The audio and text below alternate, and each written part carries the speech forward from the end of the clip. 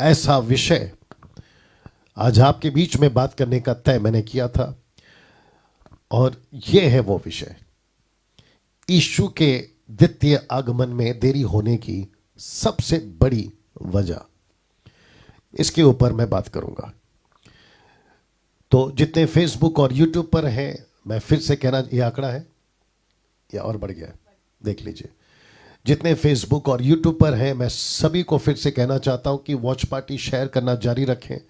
आज का जो टॉपिक है वो बहुत ज़्यादा इंटरेस्टिंग है, दिलचस्प है।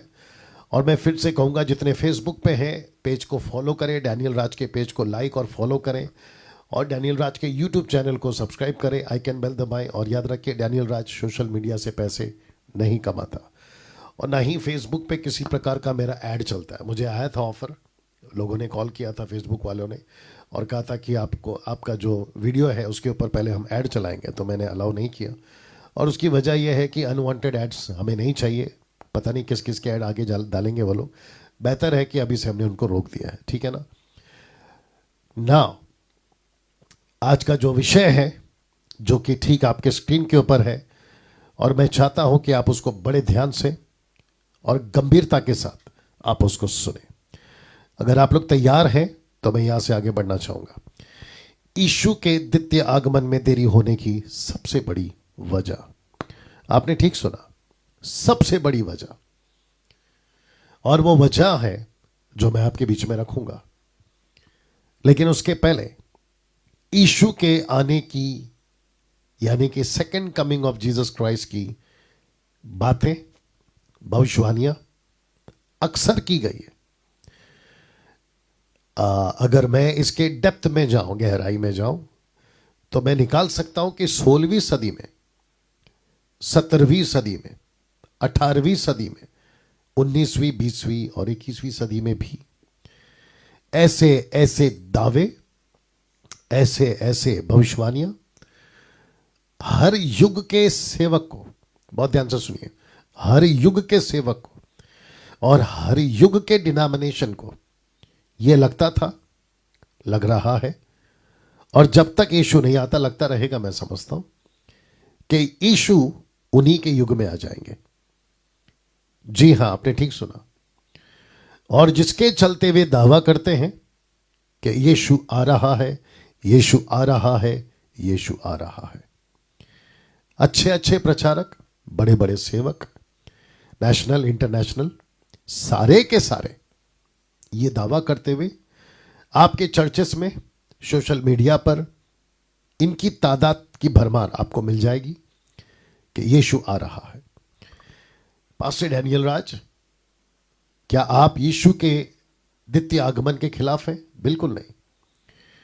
जैसे पौलुस कहता है कि उसके आने की बाट जोते रहो और उसके आगमन को प्रिय जानो, तो मैं भी उसी में से हूं। मैं भी चाहता हूं कि यीशु आए, और वो आएंगे, इसमें कोई दो राय नहीं। अगर मेरा कोई हिंदू, मुस्लिम, पारसी, बुद्धिस्ट सुन रहा है, मैं उन सभी को कहना चाहता हूं कि यीशु आने वाला है, बहुत जल्द आने वाला है। लेकिन ये जो टॉपिक मैंने चुना है कि आगमन में देरी की वजह, अगर आप इसको समझोगे तो आप वजह को ठीक करने में लगोगे, ना कि 120 चेलों की तरह ऊपर कि यीशु अब आएगा। आपको याद होगा ना, प्रेरितों की किताब में भी पहला अध्याय में वचन 8 से लेकर वो ऊपर देख रहे थे कि यीशु आएगा, लेकिन जो दो पुरुष थे श्वेत वस्त्र पहने हुए, कुछ ट्रांसलेशन में एंजल्स है, उन्होंने कहा ऊपर क्यों देख रहे हो। तो मैं भी उनको कहना चाहूँगा, ऐसे लोगों को कहना चाहूँगा, और मेरी जो टीचिंग है उसमें मैं यही सिखाना चाहूँगा कि हमें ऊपर नहीं देखना है, हमें वजह तय करना है, वजह पता लगानी है कि क्यों देरी हो रही है। और आज इसी के ऊपर मैं आप लोगों से बात करने जा रहा हूं कि सबसे बड़ी वजह क्या है। तो जितने भी प्रीचर्स हैं, और मैं उन सभी को रिक्वेस्ट करूंगा कि बेवजह यूं ही हवा में बात करना बंद करें। सबसे पहले तथ्य क्या है पता लगाएं, और ये जो विषय रखा है, मैं रिक्वेस्ट करूंगा उन सभी लोगों को जो यीशु के द्वितीय आगमन का प्रचार करते हैं, उनके ऊपर किताबें लिखते हैं, घंटों बातें करते हैं, टीचिंग देते हैं, कॉन्फ्रेंसेस करते हैं, सोशल मीडिया पे वीडियो बनाते हैं, मैं उन सभी को भी कहना चाहूंगा कि सर, बड़े आदर के साथ, रिस्पेक्टफुली मैं रिक्वेस्ट करता हूं, मेरे इस वीडियो को देखिएगा। आपको ऐसी बातें पता चलेंगी आज इस वीडियो में, आपके होश उड़ेंगे। जी, आपने ठीक सुना। पास्टर डैनियल, सबसे बड़ी वजह क्या है? आपके ठीक स्क्रीन के ऊपर कलीसिया की तैयारी में देरी। वापस पीछे जा रहा हूं। यीशु के द्वितीय आगमन में देरी होने की सबसे बड़ी वजह, और वो वजह है कलीसिया की तैयारी में देरी। जी हां, आपने ठीक देखा, ठीक सुना। कलीसिया की तैयारी में देरी। अक्सर सुना होगा ना आप लोगों ने, कलीसिया तैयार हो जाए, कलीसिया तैयार हो जाए, कलीसिया तैयार हो जाए। अक्सर सुना होगा इन सो कॉल्ड प्रचारकों से, बी रेडी, बी रेडी। आज एक ऐसा एंगल आपके बीच में रखूंगा तैयारी की, मेरा दावा है आपने पहले कभी नहीं सुना होगा। कलीसिया की तैयारी में देरी, तो सारा खेल तैयारी का है। साथ ही साथ मैं चाहता हूं कि ये जो चित्र है आप इसको देख लें, और चित्र बातें करता है। मैं अक्सर कहता हूं, ये कौन सा चित्र है, मैं आपको थोड़ी सी डिटेल बता देता हूं। यीशु ने मत्ती के 25वें अध्याय में, जो कि मैं रखूंगा, एक स्वर्ग के राज्य का, परमेश्वर के राज्य का एक उदाहरण दिया था, पैराबल दिया था। और उसमें उन्होंने कहा था कि स्वर्ग का राज्य उन 10 कुंवारियों के समान है जो दुल्हे से भेंट करने को निकली। उनमें 5 समझदार थीं और 5 मूर्ख थी। सब ठीक है वॉइस? और उस टोटल उदाहरण में एक चीज उठकर आती है जो मैंने लिखा है, सारा खेल तैयारी का है। जी हां, तो जो अभी जुड़े हैं, मैं फिर से कनेक्ट कर लूंगा, जो मेरी आदत है। पास्टर डैनियल, कौन से टॉपिक पे आप बात कर रहे हैं? यीशु के द्वितीय आगमन में देरी होने की सबसे बड़ी वजह, और वो वजह है कलीसिया की तैयारी में देरी। कलीसिया की तैयारी में देरी, सारा खेल तैयारी का है, यह आपको समझना होगा। यीशु को मत बुलाइए जब तक आप तैयार नहीं हैं। यीशु के सेकंड कमिंग का प्रचार मत करिए, पहले तैयारी का प्रचार करिए। यीशु के आने का वचन को कोट करके पब्लिक को उल्लू मत बनाइए, पहले कलीसिया को तैयार करिए। खुद को तैयार करिए, कलीसिया को तैयार करिए। तो जिसके बात को रखने और पुख्ता करने के लिए मैंने यह सहारा लिया इस उदाहरण का, कि सारा खेल तैयारी का है। ऊपर पढ़ लीजिएगा, मत्ती 25 का 10 लिखा है कि जब वे मोल लेने को जा रही थी, कौन? 5 मूर्ख, तो दुल्हा आ पहुंचा।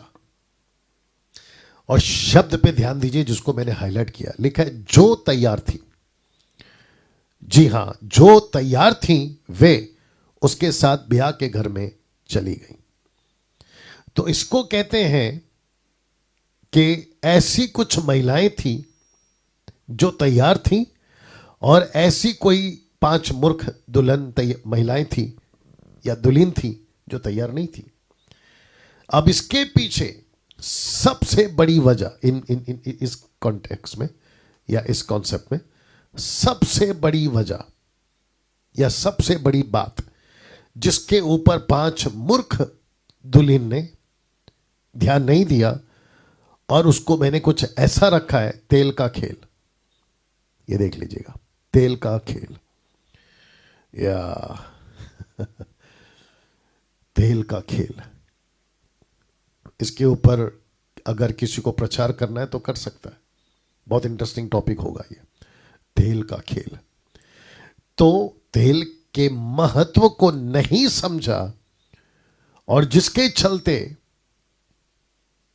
वे दूल्हे के साथ प्रवेश नहीं कर पाए।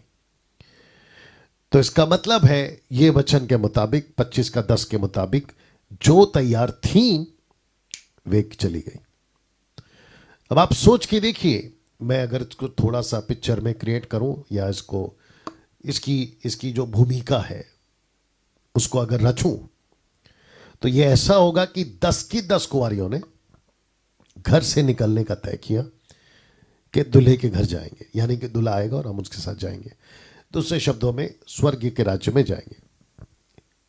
पांचों की पांचों जो मूर्ख थी और पांचों की पांचों जो समझदार थी, उन सभी ने वो सब तैयारी की, बजाय उन 5 मूर्खों की कि कपड़ा कैसे होगा, सैंडल कैसे होंगे, मेकअप कैसे होगा, दूल्हे को इंप्रेस कर सके ऐसी वो तैयारी क्या होगी, A to Z सब पर फोकस किया।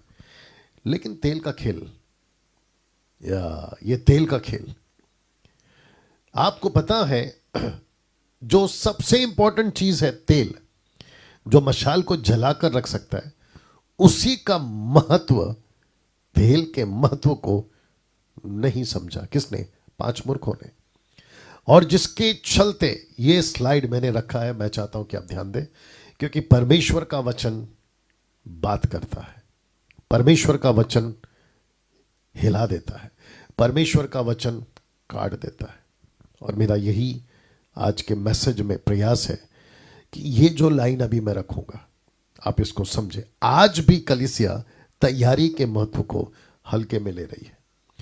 मतलब जो तेल होता है ना, जिसके वजह से वो अंदर जा सकती थी, जो कि नहीं गई, और 5 समझदार जो जा सकी, क्योंकि उनको पता था कि तैयारी यानी कि तेल, एक चीज तेल जो उनकी तैयारी रख सकता था। मशाल जलती किससे साहब? तेल से, पानी से नहीं जलती है। जो असली चीज था ना, उसी को नहीं लिया, बाकी सब लिया। कपड़े पे ध्यान था, सैंडल पे ध्यान था, मेकअप पे ध्यान था, सब पे ध्यान था, लेकिन जो असली चीज थी ना उस पे ध्यान नहीं था। आज भी यही चल रहा है, आज भी यही चल रहा है। तो जिसके चलते मैंने लिखा कि तैयारी के महत्व को हल्के में ले रही है बहुत सारी कलीसिया। 90% कलीसिया जो है इसको हल्के में ले रही है। अगर आप जो अभी मुझे सुन रहा है ना, मैं इसकी वीडियो अलग से बना रहा हूं ताकि मैं एडिट करके डालूंगा इसको, और एक टोटल वीडियो होगा जिसमें शुरुआत का जो अनाउंसमेंट होता है, माइक चेक होता है, वो सब नहीं होगा। उसके लिए आप लोग ज़रूर शेयर कर सकते हैं। आज जो अभी आप लोग मुझे सुन रहे हैं ना, सुनते सुनते यहाँ पे आपके मन में क्वेश्चन उठना चाहिए, प्रश्न उठना चाहिए, मैं क्या कर रहा हूँ? क्या मैं वो तेल का खेल जो मैंने रखा शब्द, क्या उसके महत्व को हल्का ले रहा हूँ? आपको पता है आज की तारीख में तेल क्या है? तेल, एसिड, वो इंपॉर्टेंट चीज, वो एक चीज जिसको आपने हल्के में ले लिया, महत्व को नहीं समझा। खरी शिक्षा, यीशु की शिक्षा, यीशु की बातें, जहां पे आपको लेके चलना था, जिस दिन से आपने उद्धार पाया उस दिन से। जानते हो ये 5 समझदार क्यों गई? क्योंकि इनके बारे में ऐसा लिखा है, मत्ती 25 का 1, 2, 3, 4 तक आ जाइए। लिखा है कि ये घर से तेल लेके निकली थी। बहुत दुख के साथ ये शब्द को मैं फिर रखते हुए बोलूंगा, तेल का खेल। कुछ प्रीचर्स या कुछ बाइबल टीचर्स या कुछ ऐसे सेवक हैं आपके पास में, आपका कसूर नहीं, आप लोग फंस गए हैं। दरअसल आपको ऐसी टीचिंग दी जा रही है कि आपको तेल लेने की जरूरत नहीं है। मतलब चलता है, लाइटली लिया जा रहा है, हल्के में, जिसके चलते मैंने लिखा है कि तेल के महत्व को नहीं समझा। आपको ऐसा सिखाया जा रहा है, हाँ हाँ कोई नहीं, हो जाएगा, यू हैव इनफ टाइम, ऐसी बातों से। और ये लोग कौन है? Motivational preachers, prosperity preachers, blessing वाले प्रीचर्स, मिरेकल्स वाले प्रीचर्स। इनका जो टॉपिक होता है या मुद्दा होता है ना, वो यही होता है। और आप जब सुनते हैं ना, जिस दिन आपने यीशु को स्वीकार किया था, उस दिन आपको लेना था तेल। मतलब आपको वो टीचिंग लेना था जो आपके लिए तेल का काम कर सके, इसलिए लिखा तेल का खेल।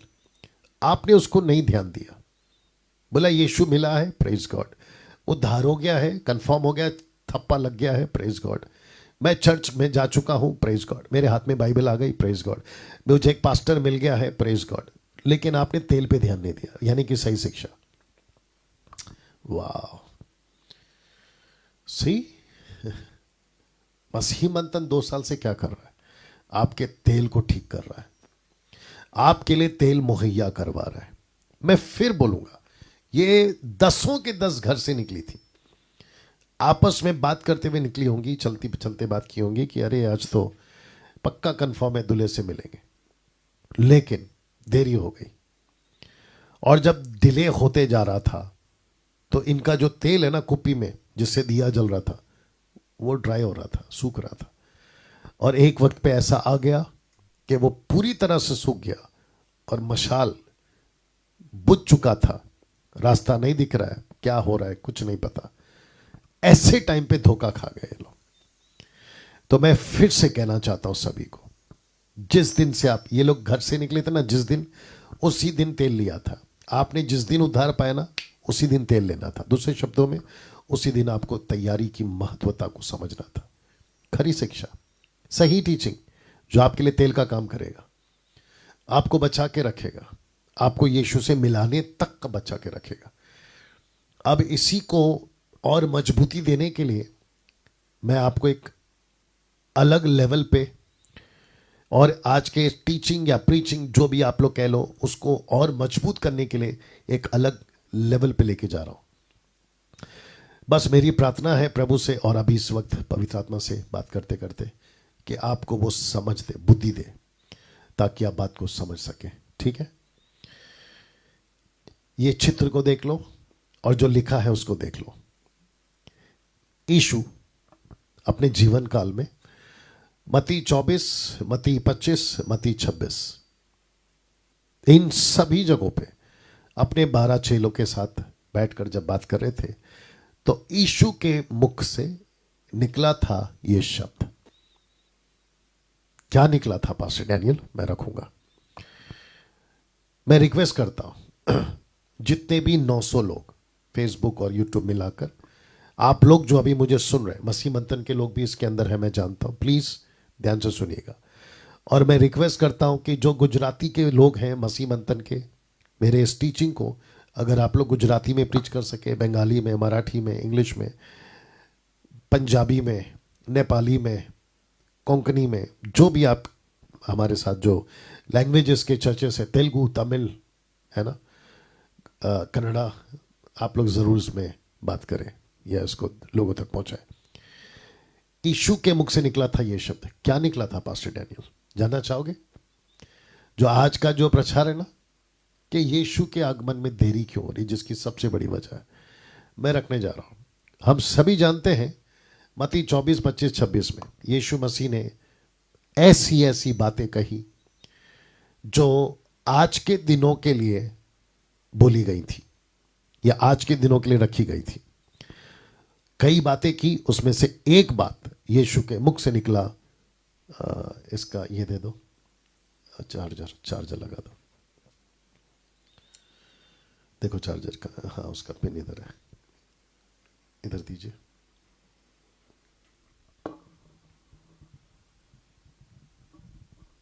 या यीशु के मुख से जो निकला था वो ये निकला था, मत्ती 24 का 15।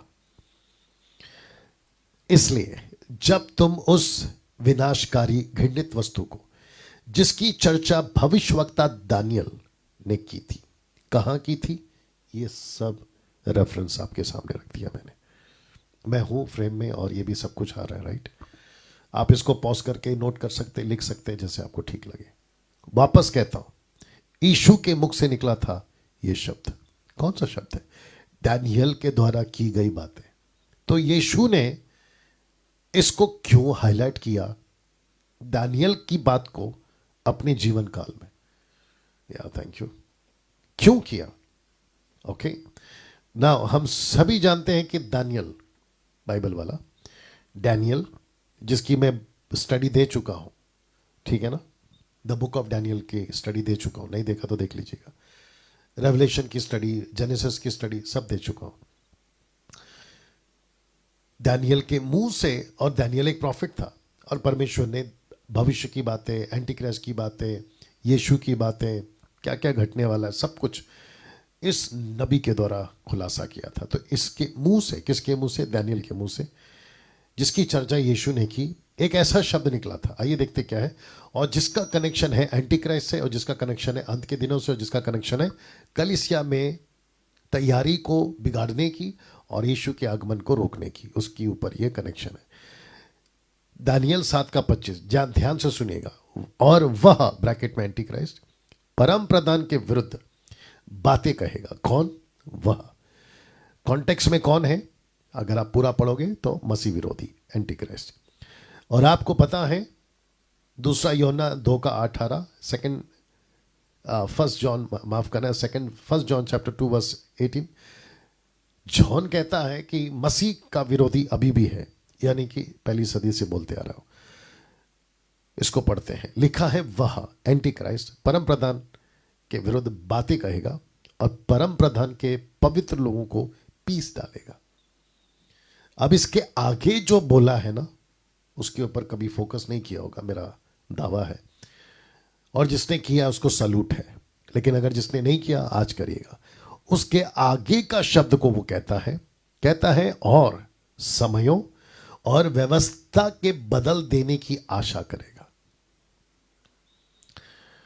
या टॉपिक क्या है सर आज मेरा?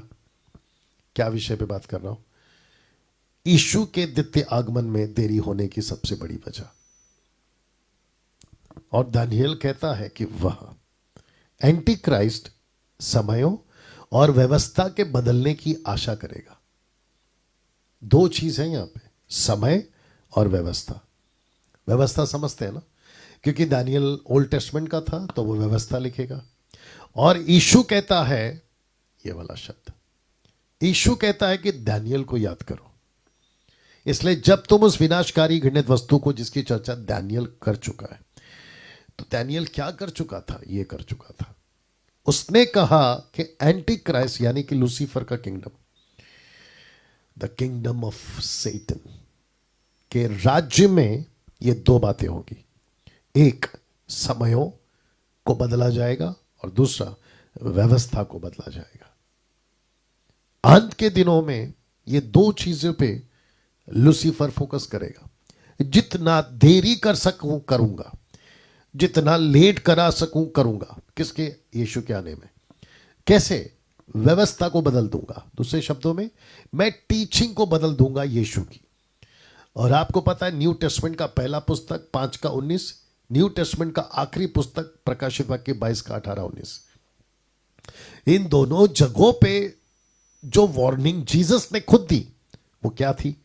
कि शिक्षाओं को मत बदलना, शिक्षाओं में गड़बड़ी नहीं डालना, शिक्षाओं को घटाकर बढ़ाकर नहीं बोलना, बदल कर नहीं बोलना। ये वार्निंग है जीसस की। लेकिन आपको पता है लूसीफर 90% कामयाब हो गया समय को पीछे खींचने में और साथ ही साथ व्यवस्था को बदलने में। Can you believe this? दूसरा पत्रस 3 अध्याय, जो कि मैंने नहीं डाला लेकिन एक वचन मैं रखूंगा बाद में। दूसरा पत्रस 3 अध्याय वचन 3 से लेकर 9 तक कहता है कि अंत के दिनों में ऐसा होगा कि लोग यीशु के आने की बातों को, आप कब आओगे उसको लेकर लोग मजाक उड़ाएंगे, ठट्टा करेंगे। और लोग कहेंगे कि यीशु के आने में इतनी देरी क्यों हो रही है? तो इसका मतलब है, उसको पढ़कर मैंने जब पढ़ा तो मुझे लगा कि यस, देरी तो हो रही है। मैंने मैसेज को शुरू कैसे किया था? आप लोग बाद में जाके चेक कर लेना, शुरू में क्या बोला था। मैंने कहा था कि हर युग के सेवक को लगता है कि यीशु उसी के युग में आएगा, जो कि फेल हो रहा है। 16वीं सदी, 17वीं, 18वीं, 19वीं, 20वीं, 21वीं, सबको लग रहा है कि यीशु हमारे जमाने में आएगा, जो कि नहीं हो पा रहा है। अब आप सोच के देखिए, इसका मतलब यह हुआ कि यीशु की बातें की जा रही है सेकंड कमिंग की, लेकिन वो नहीं आ रहा है। और उसका सबसे बड़ा कारण क्या है? वह, यानी कि एंटी क्राइस्ट, लूसीफर, वो क्या चेंज करेगा? समय को बदल देगा। दूसरा क्या बदल देगा? टीचिंग बदल देगा। पास्टर डैनियल, हम नहीं समझ पा रहे हैं, कोई बात नहीं, मैं आपको समझा देता हूं, आगे भी और भी समझाऊंगा। लूसीफर को पता है कि जिस दिन यीशु आ गया उस दिन उसका खेल खत्म, मतलब उसका काउंटडाउन स्टार्ट हो गया, मतलब उसका अंत का दिन शुरू हो गया। ठीक है ना? तो उसको अच्छे से पता है कि अगर मैं बच सकता हूं, इसको डिले कर सकता हूं, तो वजह एक ही है कि मैं कलीसिया को तैयार होने नहीं दूंगा। और कलीसिया अगर तैयार नहीं हो रही और कलीसिया को मैं तैयार होने से रोक दूं, गड़बड़ी डाल दूं, देरी कर दूं, तो यीशु रुका रहेगा। अगर यीशु रुका रहेगा तो मुझे उतना वक्त मिल जाएगा जीने के लिए, उस टॉर्चर से, अनंत आग से और उस पीड़ा से। अब आप सोच के देखिए ये कितना लॉजिकेबल है, या लॉजिक वाला बात है, कनेक्टेड है। आप भी इसको समझ रहे होंगे कि शैतान के पास यीशु से बचने का एकमात्र रास्ता, और वो यह है कि उसकी दुल्हन कलीसिया को तैयारी से रोक दूं। आप बिल्कुल ठीक सुन रहे हैं, मैं उसको तैयारी से रोक दूं। मेरी रिक्वेस्ट है, इस वीडियो को जितनी तादाद में हो सके मसीह भाई बहनों तक पहुंचाइए, मेरी रिक्वेस्ट है आप लोगों से, क्योंकि इस सत्य को लूसीफर नहीं चाहेगा कि लोग सुने। मैं फिर पीछे जा रहा हूं, यीशु के मुख से निकला था यह शब्द, दानियल को याद करो। यीशु ने दानियल का सहारा क्यों लिया? क्योंकि दानियल कहता है कि वह परम प्रधान के विरुद्ध बातें कहेगा, परम प्रधान के पवित्र लोगों को पीस डालेगा, पवित्र लोगों को बातें विरोध में कहेगा, और लिखता है कि समयों और व्यवस्था के बदलने की आशा करेगा। आप समझ रहे हैं इसका मतलब क्या है?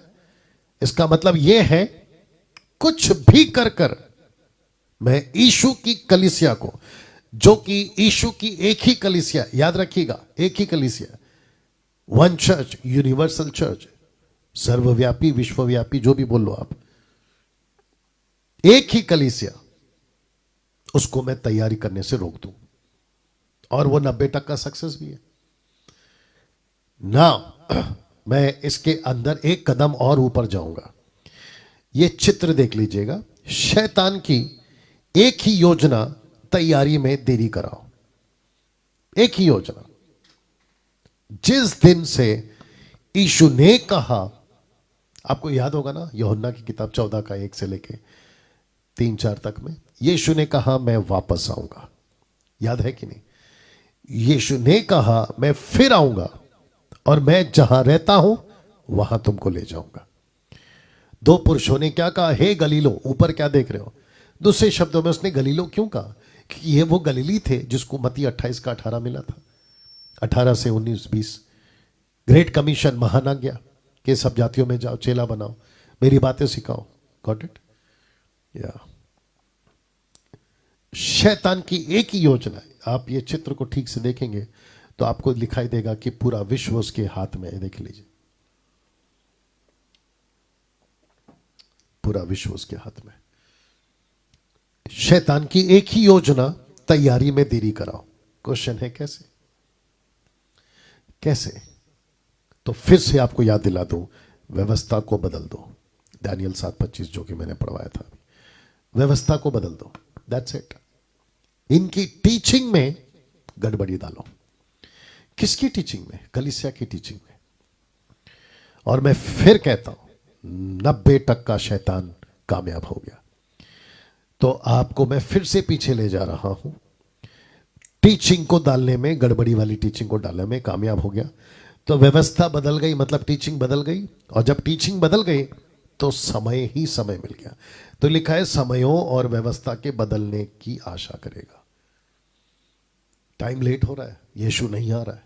आप खुद सोचिए ना, आप खुद सोचिए, गतसमनी का, माफ करना, अदन की वाटिका, the garden of Eden, Adam and Eve, 1600 साल टोटल हिस्ट्री, नूह तक, नूह के बाद में मूसा तक, और एक 6-7 या जो भी आप बोल लो, 2500 साल या जो भी बोल लो आप, 1000 साल। लेकिन फिनिश तो हुआ ना, काम आगे बढ़ा ना। उसके बाद में यीशु का आने का इंतजार 400 साल, यानी मलाकी और मती के बीच में, वो भी ज्यादा लंबा पीरियड नहीं है। यीशु का पैदा होने से सेवा करने तक का 30 साल, वो भी जल्दी से आ गया। 3.5 साल में यीशु ने खेल खत्म कर दिया, क्रूस पर मरना, जी उठना, उठा लिया जाना। लेकिन आपने कभी सोचा कि यीशु ही का द्वितीय आगमन में 2000 साल का वेटिंग? अब आप सोच के देखिए, 2000 ईयर्स लॉन्ग पीरियड होता है, बहुत लंबा समय होता है, अभी तक नहीं आ रहे। तो उसकी सबसे बड़ी वजह है ये लाइन, मैं समयों और व्यवस्था के बदलने की आशा करूंगा। और वो कामयाब हो गया। कौन? एंटी क्राइस्ट, यानी कि लूसीफर। और मैं बता चुका 1 John chapter 2 verse 18, anti Christ अभी भी जगत में, लेकिन जो फाइनल एग्जिस्ट में आएगा ना, वो अलग है। उसके ऊपर हम प्रकाशित वाक्य में बात कर चुके हैं। दोस्तों, कैसा लग रहा है अभी तक?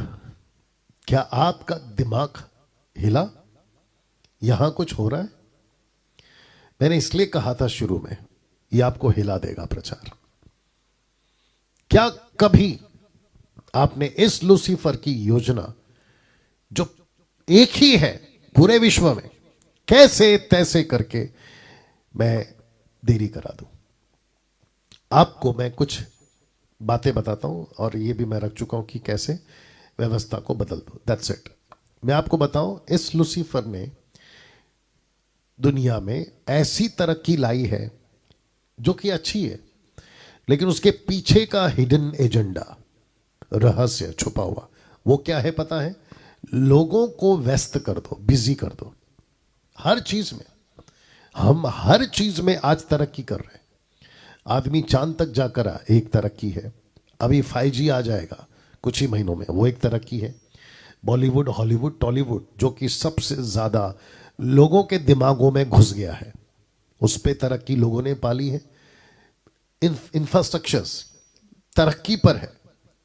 अमेरिका बोलो, रशिया बोलो, आपके जितने यूरोपियन कंट्री से बोलो, एशियंस कंट्री से बोलो, तरक्की पे तरक्की, पैसे पे पैसे, बड़ी बड़ी इमारतें, सब कुछ बन रहा है।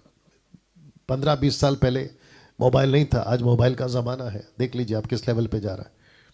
इन सब के पीछे एक अच्छा है, तरक्की है ये, और होना भी चाहिए क्योंकि काम आसान हो जाता है। लेकिन उसके पीछे का मकसद ये आपको समझना होगा कि लोगों को व्यस्त करो। लोग व्यस्त हो जाएंगे, सुसमाचार नहीं सुन पाएंगे। लोग व्यस्त हो जाएंगे, सब अपने अपने फोकस में रहेंगे। फ्लाइट में जब मैं ट्रैवल करता हूँ, आप लोग भी करते होंगे, तो आप देखिए लोग कितने व्यस्त रहते हैं। सबके पास में अपना अपना काला डब्बा है, यानी कि मोबाइल, सब उसी में व्यस्त रहते हैं। सोच के देखिए, 2 दोस्त ट्रैवल कर रहे हैं, लेकिन घंटों बात नहीं कर पाते एक ही सीट में बैठकर या आसपास में बैठकर। क्यों? दोनों लगे पड़े हैं, इतने व्यस्त हैं। ऐसे टाइम पे गॉस्पल नहीं सुनेंगे। ये दूसरा, जो क्रिश्चियनिटी है, मसीहत, सेवक से लेकर टॉप के बिशप, अपोस्टल से लेकर नीचे चर्च का जो एल्डर है, उन सभी को ले लो, सबको देख लीजिए आप, सारे के सारे इतने ज्यादा बिजी हो गए हैं चीजों में कि उनको तेल का खेल नहीं समझ में आ रहा है। या आपने ठीक सुना, तेल का खेल नहीं समझ में आ रहा है। बहुत ज्यादा गड़बड़ है। टीचिंग चेंज हो गई है, शिक्षाएं बदल गई है। मैं आपको कुछ रख रहा हूं, आज मसीह की दया में बहुत कुछ बदल चुका है, बहुत कुछ बदल चुका है। मैं एक एक पॉइंट तो नहीं रख सकता, लेकिन आपको एक पॉइंट रख देता हूं जो बदलना नहीं चाहिए और जो बदल चुका है, और वो है ये वाला लाइन। मत्ती 28 का 19 से 20 तक का महान आज्ञा जा चुका है आज कलीसिया के अंदर, 90% जा चुका है। मैं बीच में 2 दिन पहले किसी को सुन रहा था, अपने मसीह भाई की बात कर रहा हूं, पास्टर है, वो नाम नहीं लूंगा, शहर का भी नाम नहीं लूंगा, नहीं तो इशारा हो जाएगा। मैं जो गड़बड़ी है उसको ज़्यादा एक्सपोज कर दूंगा, ना कि गड़बड़ी कौन कर रहा है उसको एक्सपोज करो, गड़बड़ी को एक्सपोज करूंगा, मतलब गड़बड़ी जो आ रही है ना उसको ठीक करना है। या बहुत ध्यान से सुनिएगा, महान आज्ञा जा चुका है, तो वो कहता है सारा अधिकार परमेश्वर ने दिया है, तो देखो अधिकार यीशु के पास है, तो आपको जो भी चाहिए यीशु से मिलेगा। फिर वो अंत ऐसे करता है वचन 20 में, कहता है जगत के अंत तक मैं तेरे साथ रहूंगा। तो कहता है चिंता मत करो, प्रभु आपके साथ है। लेकिन वो ये नहीं बता पाया कि प्रभु सबके साथ नहीं है। याद रखिएगा, यूहन्ना 1:12 कहता है कि जितनों ने यीशु पर विश्वास किया वो परमेश्वर के संतान, सन्स एंड डॉटर्स बन गए। लेकिन रोमियो 8:14 कहता है कि सारे के सारे परमेश्वर के संतान नहीं है, लेकिन जो आत्मा के चलाए चलते वे ही परमेश्वर के संतान है। अब देखिए क्या है, तो इसको कहते हैं कि सारे के सारे मसीहत में नहीं जाएंगे या मसीहत में कंसीडर नहीं किए जाएंगे। यीशु मसीह सबका नहीं है, यीशु मसीह उसका है जो यीशु मसीह की आज्ञाओं का पालन करता है। या इसके ऊपर मैं बहुत बात कर चुका हूं। तो महान आज्ञा जा चुका है, तो कहते हैं कि प्रभु ने खुद को दिया हमको और आपको, कलीसिया को दिया ताकि हम प्रभु का काम करें। लेकिन आपको पता है आजकल क्या चल रहा है, ये देख लीजिएगा। प्रभु की जरूरत है मुझे, लेकिन किसके लिए? खुद के लिए। पवित्र आत्मा की जरूरत है, लेकिन किसके लिए? खुद के लिए। कलीसिया की जरूरत है, लेकिन किसके लिए? खुद के लिए। अब आप सोच के देखिए, जिसको कहते हैं ना आई सेंटर्ड हो गए लोग आजकल, मतलब मैं, मेरा घराना, मेरी नौकरी, मेरा बिजनेस, मैं। अब आप सोच के देखिए, अगर ऐसी हालत रही तो फिर महान आज्ञा का क्या होगा? आप लोग बिल्कुल ठीक सुन रहे हैं। तो मैं फिर से कह देता हूं, महान आज्ञा जा चुका है कलीसिया से। मुझे बहुत दुख और बहुत गुस्सा आता है जब कोई प्रीचर, हाँ अभी कुछ अधूरे ज्ञान के लोग बोल सकते हैं कि जैसा चल रहा है चलने दो, आपको क्या दिक्कत है। मैं फिर कहूंगा कि दिक्कत मुझे नहीं, दिक्कत मेरे अंदर जो परमेश्वर है उसको है, और वो बात करेगा मेरे द्वारा और आपके द्वारा जिनकी आंखें खुल गई। और पौलुस पतरस उसी में से थे। मुझे बहुत दुख और बहुत गुस्सा आता है जब लोग चर्चेस को ऐसी ऐसी बातें सिखाते हैं और जो ओरिजिनल सिखाना है वो नहीं सिखाते। तो जिसके चलते मैंने क्या कहा था वो बदल दिया उसने। तो चर्च को उसने इतना बिजी रखा है कि खुद का सोचो, तुमको प्रभु की जरूरत है। और रेफरेंस तो बाप रे बाप, बाइबल से निकालते हैं, वचन रखते हैं, लेकिन आउट ऑफ कॉन्टेक्स्ट। प्रभु आपसे प्यार करता है, ऑफ कोर्स प्रभु प्यार करता है, लेकिन प्रभु उसी से प्यार करता है जो प्रभु से प्यार करता है। प्रभु उसी की जरूरत पूरा करेगा जो प्रभु की जरूरत को पूरा करता है। प्रभु उसी का घर बनाएगा जो प्रभु का घर बनाता है। प्रभु उसी का सोचेगा जो प्रभु का सोचता है। ये नहीं सिखाएंगे ये लोग। और जो बेचारे भोले भाले लोग हैं जो घर से तेल लेकर निकलना भूल गए, अब आप समझ गए तेल का खेल, मैंने इसलिए लिखा था।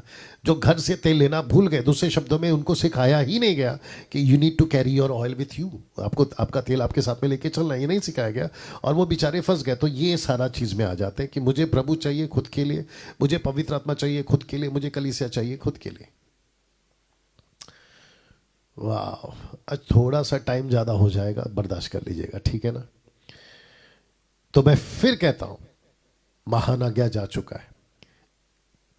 एक वक्त था साहब, चर्च को सिखाया जाता था how to evangelise, how to make disciples. उनको टीच किया जाता था, सिखाया जाता था। आजकल नहीं चल रहा सब।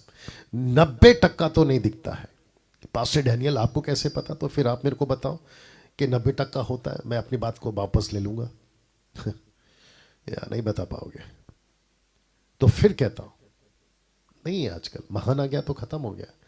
तो अगर कोई पास्टर मुझे देख रहा है, अभी कोई बाइबल टीचर मुझे देख रहा है, रिपेंट करो, मन फिराओ, तौबा करो और ये प्रभु की बातें सिखाओ। प्रॉस्पेरिटी बोलना बंद करो, ब्लेसिंग की बातें करना बंद करो। ब्लेसिंग, प्रॉस्पेरिटी, मिरेकल्स, ये सब कुछ आएगा जब आप महान आज्ञा पूरा करोगे। सीधी बात है। चर्च को भेजना है, महान आज्ञा यही कहती है। लेकिन आपको पता है लूसीफर ने क्या बदल दिया है? मैं रख रहा हूं, लूसीफर ने बदल दिया, व्यवस्था बदल दी। और उसको पता है कि मैं अगर व्यवस्था बदलने में कामयाब हो गया, मतलब टीचिंग जीसस की अगर बदलने में कामयाब हो गया, तो मेरे पास में और वक्त है जीने के लिए। मैं नर्क नहीं जाला जाऊंगा जल्दी से। मैं जितना इसको लंबा खींच सकता हूं मैं खींचता जाऊंगा। क्यों? कलीसिया तैयार नहीं होगी, और कलीसिया तैयार नहीं होगी यीशु नहीं आएगा। चर्च ने बाहर भेजना बंद कर दिया, बल्कि ऐसे प्रचार हो रहा है कि तुम चर्च क्यों नहीं आ रहे हो। पास्टर डैनियल, क्या आप चर्च में लोगों को नहीं बुलाते? बिल्कुल बुलाते हैं, लेकिन हम चर्च में लोगों को इसलिए बुलाते हैं ताकि लोग चर्च में सीखें और बाहर जाएं। मसीह मंथन को 2 साल पहले स्टार्ट किया हमने, 2020 में मार्च के आसपास में। तब से लेकर अब तक हम 150 कलीसिया के आसपास में लोगों को तैयार कर कर भेजने में कामयाब हो गए। 150 चर्च, और मुंबई के अंदर, अगर मैं गलत नहीं हूं, शायद ही कोई 29 स्टेट में विथ राइट टीचिंग, मैं खरी शिक्षाओं की बात कर रहा हूं, शायद ही कोई डिनोमिनेशन या चर्च ऐसा होगा जिसकी 150 फिजिकल चर्च के साथ में भारत के 29 राज्य के अंदर एक्टिविटीज चल रही है। ये लोग कौन हैं जो पास्टर का काम कर रहे हैं? ये डिग्री लिए हुए? बिल्कुल नहीं। इनको कोई पास्टर का या लीडर का ऐसा कोई टीचिंग मिला है? जितना हम दे पा रहे उतना ही है। ये लोग पढ़े लिखे हैं? बिल्कुल नहीं। हो भी सकते हैं, नहीं भी हैं। लेकिन ये लोग कौन है? ये वो लोग हैं जो दाऊद की तरह जंगल में भेड़ बकरी चरा रहे थे। एक दिन उनको ऑर्डर आया यीशु की तरफ से कि जाओ, और जब ये पहुंचे मैदान में तो गोलियत नाम का एक प्राणी परमेश्वर यहोवा को धमकी देता हुआ, लोगों को धमकी देता हुआ, तो इसका खून खौल गया। इसने कहा कि तू होता कौन है? ये वो लोग हैं। जब खरी शिक्षाओं में गड़बड़ी आई, लूसीफर का कारनामा देखा कि व्यवस्था बदल चुकी है, तो इनका खून खौल गया। और 2 साल पहले मेरा खून खौल गया, और मैंने कहा कि मैं चुप नहीं बैठूंगा। और मैं आपको सबको बता दूं, जो मेरे अगेंस्ट में वीडियो बनाते हैं, जो मेरे टीचिंग के अगेंस्ट में वीडियो बनाते हैं, बहुत जल्दी आप लोगों को जवाब दिया जाएगा। आपकी एक एक वीडियो को मैं स्क्रीन के ऊपर लाऊंगा।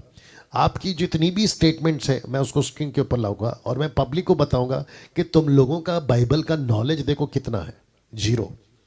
और तुम्हारे ही स्टेटमेंट पे वीडियो पर मैं तुमको जवाब दूंगा। मैं अभी तक चुप हूं इसलिए क्योंकि मुझे पहले काम को फैलाना है, लेकिन बहुत जल्दी आपको जवाब दिया जाएगा। तो जरा बच के रहना या दिमाग लगाना कि आप लोग क्या वीडियो बना रहे।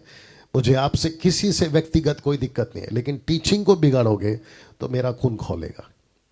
और क्योंकि तुम इसके एजेंट हो, किसके? लूसीफर के।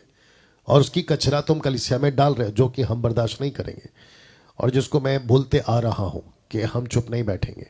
और जितने मसीह मंथन के लोग हैं, मैं आपको भी कहना चाहता हूं, जो मैं अभी आगे रखूंगा, आपको चुप नहीं बैठना है, आपका खून खोलना चाहिए। कैसे लूसीफर कलीसिया के अंदर व्यवस्था को बदल सकता है? ठीक है ना? तो चर्चेस को इकट्ठा मत करो, चर्चेस को भेजो। लोगों को मत सिखाओ कि यहां सब कुछ है, उनको कहो कि प्रभु में सब कुछ है, और तब सब कुछ है जब तुम उसका काम करोगे। या फिर कभी इसके ऊपर बात करेंगे। जानते हो इफिसियों के 5:26 में पौलुस ने क्या कहा? कहता है कि उसको वचन के द्वारा, खरी शिक्षाओं ब्रैकेट में मैंने डाला है, वचन के द्वारा जल के स्नान से शुद्ध करके पवित्र बनाए। मतलब मैं आपको बताता हूं, बॉडी ऑफ क्राइस्ट को सही वचन का स्नान नहीं मिल रहा है। दूसरे शब्दों में पौलुस कहता है क्योंकि कलीसिया को किसी ने खराब कर दिया है व्यवस्था बदलकर, तो जिससे उसने बिगाड़ा है उसी से उसको ठीक करेंगे। तो कहता है कि मैं कलीसिया को स्नान कराऊंगा, मतलब वो गंदी हो गई है। कौन? कलीसिया। याद होगा आपको इसके आगे का वचन 27 में, कलीसिया को ऐसा खड़ा करूंगा तैयार करके, ना कलंक, ना झुर्री, ना कोई दग्गा दाग धब्बा जो भी है नहीं होगा। तो जिसके चलते वो वचन से ही कलीसिया का स्नान कराएगा। तो मैं क्या करूंगा? यीशु की देह को, यानी दुल्हन को मैं साफ करूंगा। मैं खुद भी हूं उसी के अंदर, यीशु की कलीसिया में मैं गिना जाता हूं, और मैं साथ ही साथ उसकी कलीसिया को, याद रहे यीशु की एक ही देह है। ये कलीसिया का चित्र रखा है, यीशु की एक ही कलीसिया है, यीशु की एक ही देह है, यूनिवर्सल चर्च, जिसको कहते हैं विश्वव्यापी कलीसिया। हम सबको यीशु की देह में से कचरा निकालना होगा। और कचरा कैसे निकालेंगे? वचन का स्नान कराना होगा। You understand? तो जितने देख रहे हैं, सुन रहे हैं, 1000+ के आसपास है आप लोग, 1000 से आसपास लोग देख रहे हैं, लाइव जुड़े हैं। मैं उन सभी को कहना चाहता, आप मुझे पसंद करो या ना करो, मसीह मंथन के मेंबर हो या ना हो, खरी शिक्षाओं को चाहने वाले हो सकता है मेरे कोई दुश्मन भी देख रहे हो अभी, मैं आपको भी कहूंगा सर, आपको मसीह की दया से कचरा निकालना होगा। जो लूसीफर ने व्यवस्था बदल दी है, आपको उसको ठीक करना होगा। ये देख लीजिए दानियल 7:25, क्योंकि उसने कहा कि मैं व्यवस्था बदल दूंगा, और मैं व्यवस्था बदल दूंगा तो यीशु के आने में देरी होगी, और अगर यीशु के आने में देरी होगी तो मेरे पास समय मिलेगा, क्योंकि उसका एक ही प्लान है। ये देख लो, समयों व्यवस्था के बदल देने की आशा करेगा। उसको अच्छे से पता है जितना मेरे पास टाइम होगा मैं उतना जी पाऊंगा, दूसरे शब्दों में मैं नरक में नहीं डाला जाऊंगा।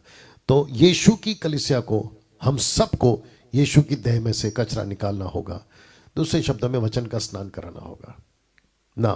पौलुस, ये पौलुस है, पौलुस ने क्या कहा था कलीसिया के बारे में? Question mark. जानते हो उसने क्या कहा था? आइए रखते हैं। वो कहता है 2 कुरिन्थी 11:2 कहता है, क्योंकि मैं तुम्हारे विषय में ईश्वरीय धुन लगाए रहता हूं, इसलिए कि मैंने एक ही पुरुष से तुम्हारी बात लगाई कि तुम्हें पवित्र कुंवारी की नाई मसीह को सौंप दो। किसकी नाई? कुंवारी, जिसको कहते हैं मैच्योर गर्ल, मैच्योर ब्राइड, मतलब पूरी तरह से तैयार कुंवारी। या किसका स्टेटमेंट है साहब? पौलुस का है। पौलुस ने, जरा शब्द पे ध्यान देना, पौलुस ने नहीं कहा कि मैं तुमको बच्चे की नाई कल मसीह को सौंप दो, बच्चा नहीं बोला उसने कहा कुंवारी की नाई मसीह को सौंप दो। सब कुछ सिंबॉलिक है और सब कुछ आत्मिक है। अविश्वासी लोग इसको नहीं समझेंगे, लेकिन जो विश्वासी लोग हैं उसको समझेंगे, ठीक है ना। मैं चाहता हूं कि आप इसको डाइजेस्ट करो पहले, फिर कहता हूं। कहता है कि मैंने तुम्हारे एक ही पुरुष से बात लगाई कि तुम्हें पवित्र कुंवारी की नाई मसीह को सौंप दो। जब वो इसको लिख रहा है ना, तो जानते हो इब्रानियों में यही पौलुस ने क्या कहा है? समय के विचार से। समय क्यों? क्योंकि मैंने आपको बताया ना, लूसीफर का खेल है कि जितना हो सके, 2000 साल हो गए साहब आज, जितना हो सके लेट करो, विलंब करवाओ, कलीसिया को बिजी कर दो, टीचिंग में गड़बड़ी डाल दो। ये लोग तैयार नहीं होंगे, तेल का खेल चलता रहेगा, तेल का खेल। तो समय के विचार से तो तुम्हें गुरु हो जाना चाहिए था। तो भी ये क्या आवश्यक है कि कोई तुम्हें परमेश्वर के वचनों की आदि शिक्षा, याद रखिए वचन का स्नान, वचनों की आदि शिक्षा फिर से सिखाए।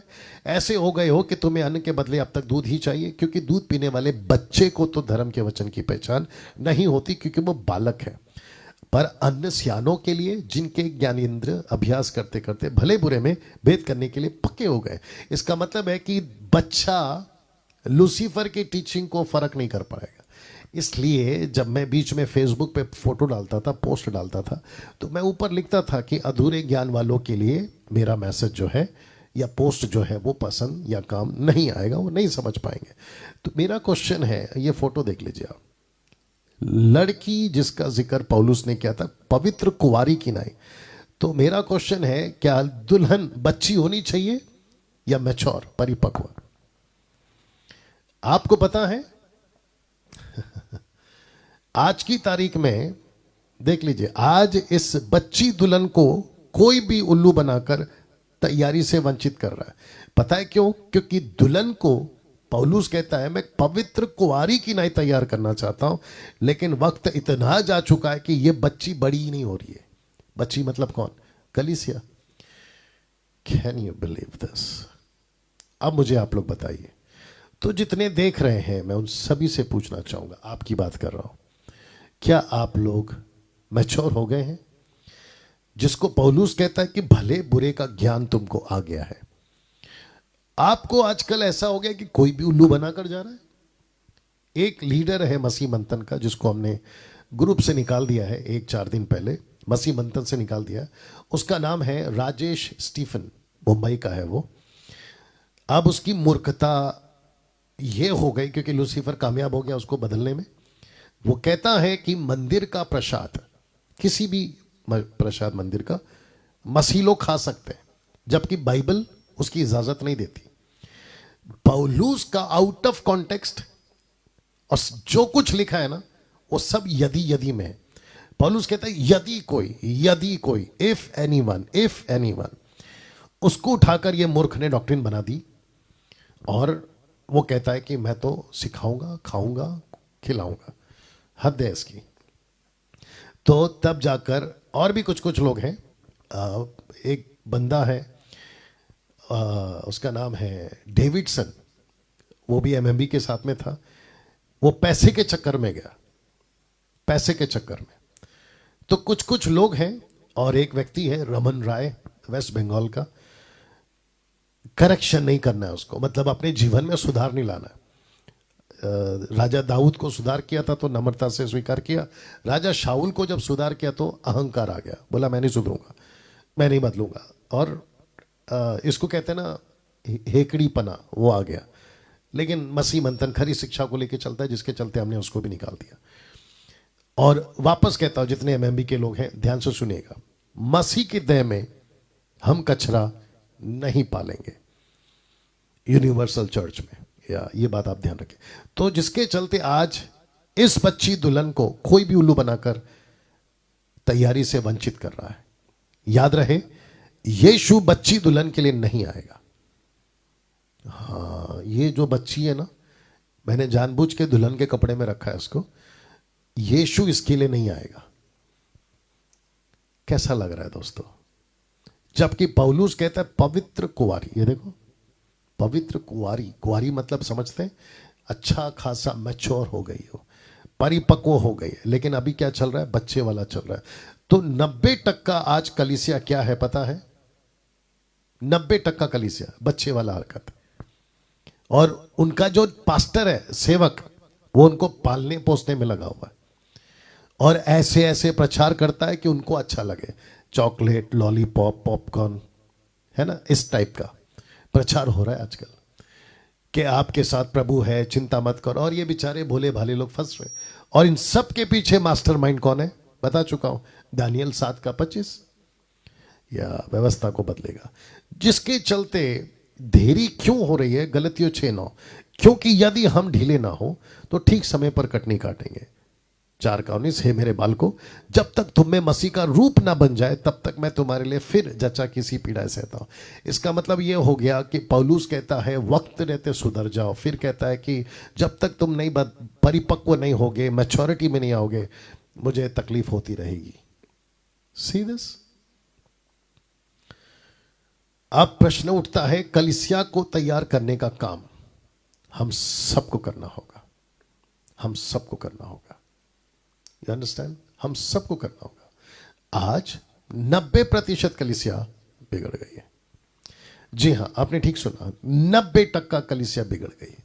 मुझे एक वचन मिला, मैं चाहता हूं कि मैं उसको रखूं। और वो वचन है 2 पत्र 3:9, 2 पीटर चैप्टर 3:9। कहता है, प्रभु अपनी प्रतिज्ञा के विषय में देर नहीं करता। Second coming of Jesus Christ की बात हो रही है। जैसी देर कितने लोग समझते हैं, पर तुम्हारे विषय में धीरज धरता है, धीरज धरता है, नहीं चाहता कि कोई नाश हो, वरना यह कि सबको मन फिराव का अवसर मिले। तुम्हारे विषय में क्यों?